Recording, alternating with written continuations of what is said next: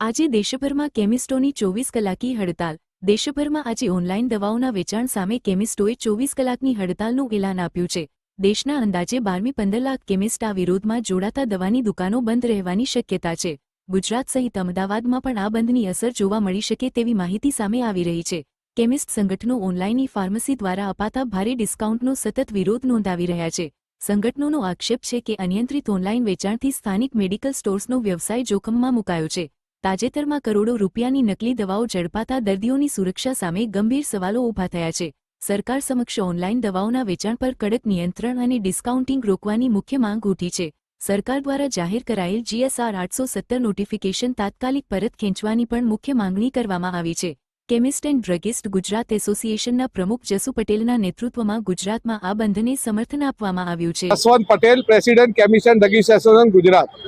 જે ગેરકાયદેસર ઓનલાઈન દવાનો વેપાર ચાલી રહ્યો છે એના માટે અમે ઘણી બધી રજૂઆતો કરેલી છે। ભૂતકાળની અંદર હેલ્થ મિનિસ્ટર મનસુખભાઈ માંડવિયા હતા, એમણે આજ દિન સુધી એને કાયદેસરતા આપી નથી। પરંતુ કોરોના કાળ દરમિયાન 2 ડ્રાફ્ટ નોટિફિકેશન થયેલા હતા કે સંક્રમણ ન ફેલાય, પબ્લિક રોડ ઉપર ના આવે, એનો દુરુપયોગ કરી અને આજે પણ એ લોકો ગેરકાયદેસર ઓનલાઈનનો વેપાર કરી રહ્યા છે।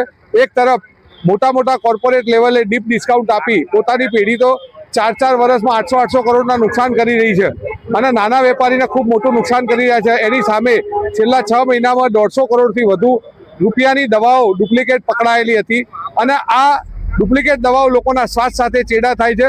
તો ડુપ્લિકેટ દવાઓ માટે કડક કાયદો બને અને પ્રજાને સારી દવાઓ મળે। કાયદો કડક હશે તો લોકો ખોટો ધંધો નહીં કરે। તો આ અમારી માંગ એક જ છે, 2 ડ્રાફ્ટ કેન્સલ કરવા અને જે ડુપ્લિકેટ દવાઓ વેચાઈ રહી છે એની સામે કડક આવતે કાર્ય લેવાય।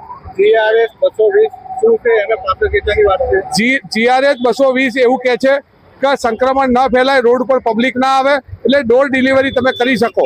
પણ આજે કોરોનાના પતે પણ 4 વર્ષ થઈ ગયા, છતાંય આજે બેફામ રીતે ઓનલાઈન ગેરકાયદેસર ચાલે છે, એનો અમારો વિરોધ છે।